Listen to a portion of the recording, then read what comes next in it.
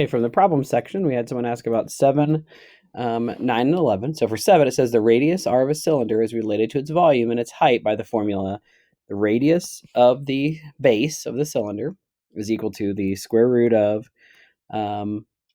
v over pi h. And you can get this formula just by solving the formula for r, the volume formula for r. It says find the volume of a cylinder whose radius is 15 and whose height is 36. Express your answer in terms of pi. And so you're given that r, the radius, is 15 and its height is 36. What we don't know is v, and so we know that we have this. So this is just a radical equation. So we start by squaring both sides. That gives me 225 equals v over 36 pi, right? Square root squared is just what is inside the square root, and then 15 squared is 225. So v just turns out to be 225 times 36 pi. It said express your answer in terms of pi, so we just need to multiply 225 times 36, which gives me 8100 pi for the volume. And then for number 9, on number 9, you're given that the current I is equal to the square root of P over R, where P is the power and R is the resistance of an appliance. The current is measured in amperes, the power in watts, and the resistance in ohms.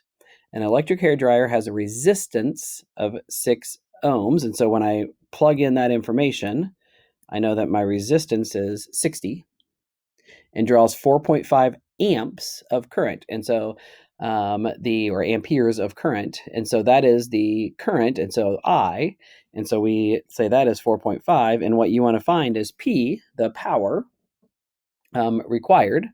And so this is just a problem that we can solve by doing what we've been doing, which is to square both sides.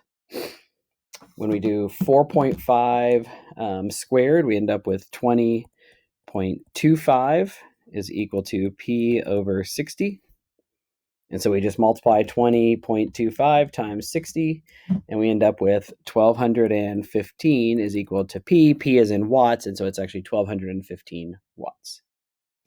The last one, number 11, you're given this relationship between the period, or the time it takes for the pendulum to go back and forth, is equal to 2 pi over the square root of the length of the pendulum over 9.8. It says find the length of a pendulum with a period of 8 seconds. And so if this is 8 seconds and this is 2 pi, all we're doing is finding L. When you do that, to solve this equation, it's easiest to divide by the 2 pi first before you square both sides.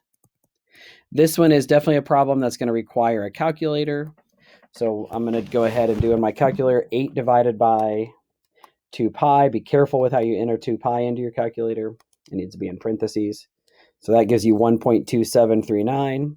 And so I'm going to square both sides. So I square that. And so that's approximately 1.621138,938. And then this is just going to be L over 9.8.